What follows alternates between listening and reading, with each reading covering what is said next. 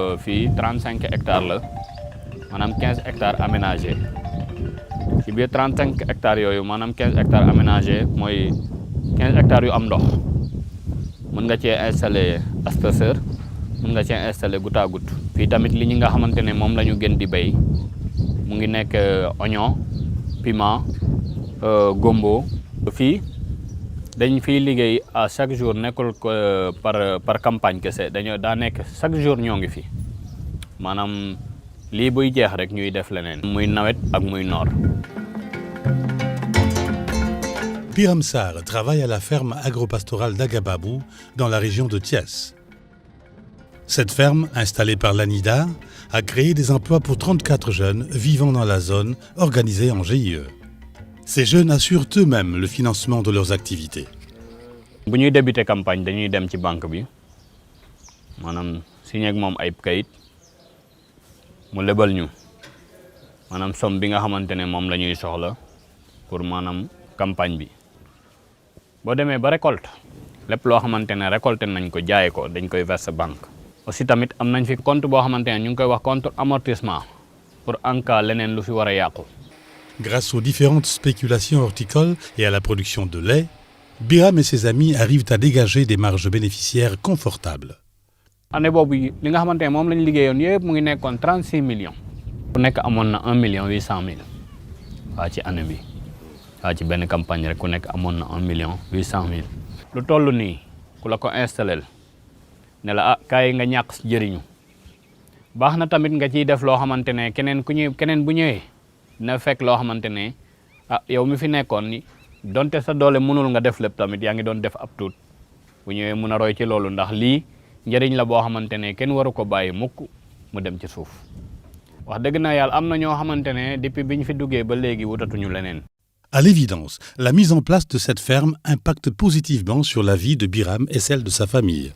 Vraiment bu ferme bi ñëwee fii boobu ba léegi ñu ngi xëy di wàcc wax dëgg yàlla di jëlee suñuy sutura di ko suturaal ak suñu njaboot gi nga xamante ne moom lañ toogandool fii. néeg bi ak mool yi nga gis fii yëpp sincèrement bi ma duggee foofu laa ko réalisé dëgg na yàlla man nekkoon naa fi mais réalisé moo woon lu mel nii dëgg na yàlla bëgg gis naa ne xanaa bu ñu yàlla jàppalee vraiment dina gën a dox waaw gis nañ ci loolu ndax fas bi tamit ci activité yi la fa lañ ko jëlee.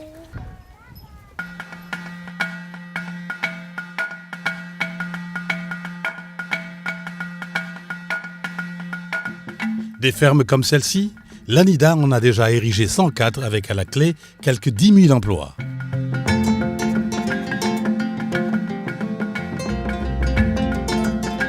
Ces fermes modernes, tout comme celles des domaines agricoles communautaires, constituent l'un des piliers de la stratégie du PSE pour faire de l'agriculture un des moteurs de la croissance.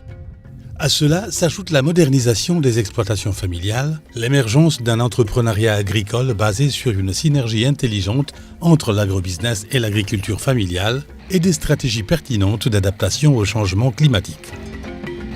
Pour atteindre ces objectifs, le gouvernement mise sur la maîtrise de l'eau, le renforcement du niveau d'équipement des producteurs et du capital semencier, ainsi que l'appui à une meilleure organisation des filières dans toutes les phases, depuis la production jusqu'à la commercialisation, et enfin l'attraction d'investissements privés socialement responsables.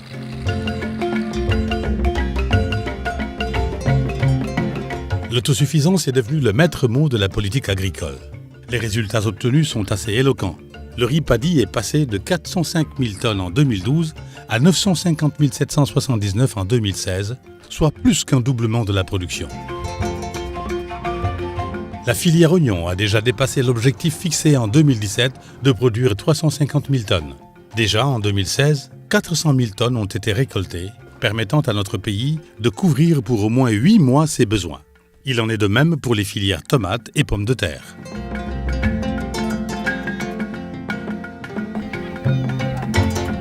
En 92 ba léegi man maa ngi fi déplacé wu benn année am na ñoo xam ni dëkk bi genn wàll gépp dem nañu si gaal yi Espagne am na ñoo xam ni ñu ngi Ndakaaru am na ñoo xam ñu ngi woon Mauritanie bi ñu demee ba nga xam ne nag OLAC dugg na moto pompe yi commencé ñëw ñuy gas ay canal di teg ay moto pompe dégg nga boobu ñu ngi doon def 50 hectares par année dégg nga bi OLAC duggee ñuy continuer si noonu di continuer si noonu ba fi may waxanteeg yow nii ñoo ngi si 2000 hectares yoo xam ni ñu ngi koy liggéey si lac bi. oto bi taxaw daaw sama toolu pataas si laa ko génnee 4 millions. année 2016 su ma si amee 4 millions rendement bu yokku la lan moo ko waral dañuy draguer porte bi kon noo ngi gën a avancé.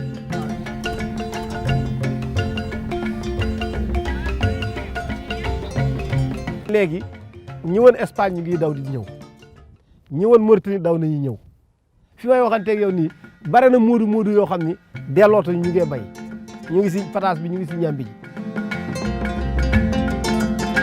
Au total, les filières horticoles se portent bien. La production a atteint 1 206 000 tonnes en 2016, dont plus de 88 000 tonnes à l'exportation, notamment la mangue, les haricots et les tomates cerises. Le projet pour le développement inclusif et durable de l'agrobusiness au Sénégal, PEDIDAS, prévu dans la cuvette du Ngalam et la zone du lac de Guiers, permettra l'irrigation de l'aménagement de 10 000 hectares pour 100 000 tonnes de produits horticoles à exporter et la création de 10 000 emplois. La culture de l'arachide, elle aussi, est relancée. De 527 000 tonnes en 2012, la production a atteint 1 million de tonnes en 2015 et 960 000 tonnes en 2016. Non seulement les prix aux producteurs ont connu des niveaux jamais égalés, mais de réelles perspectives s'ouvrent pour le secteur avec l'ouverture sur les marchés extérieurs comme la Chine et une forte demande des industries. Du reste, la Sonacos, reprise en main par l'État, a redémarré ses activités sur 4 de ses sites et 3 unités industrielles privées sont en pleine activité.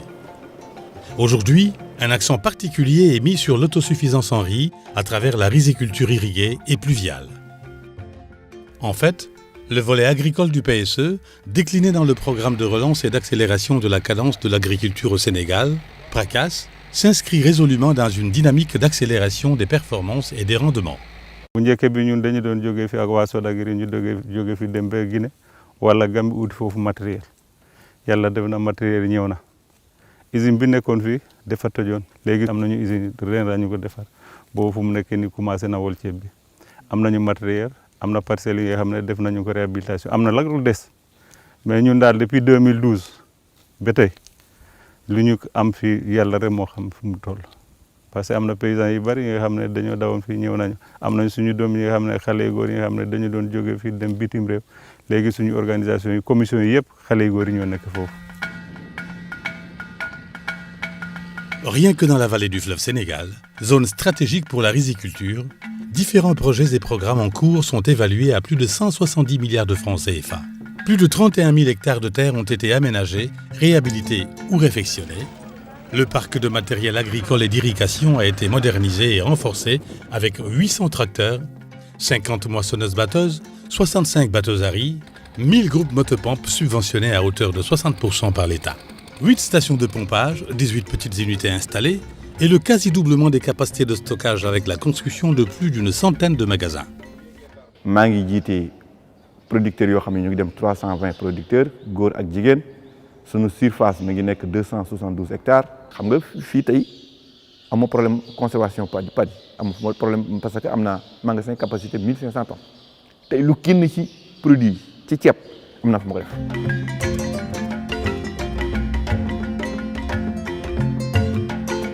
Aujourd'hui, le défi majeur réside dans le renforcement de la transformation des produits agricoles pour leur apporter de la valeur ajoutée. La bataille est bien engagée avec l'installation de plusieurs unités industrielles.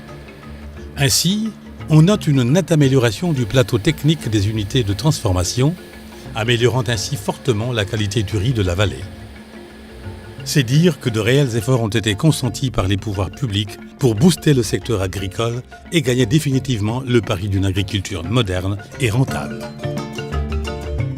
L'émergence de véritables entrepreneurs agricoles avec un accroissement sensible des revenus dans toutes les filières et la création de milliers d'emplois sont autant d'atouts qui permettent au Sénégal de continuer à réduire significativement ses importations de produits alimentaires et de se positionner progressivement sur les chaînes de valeur mondiales avec une offre diversifiée et de qualité.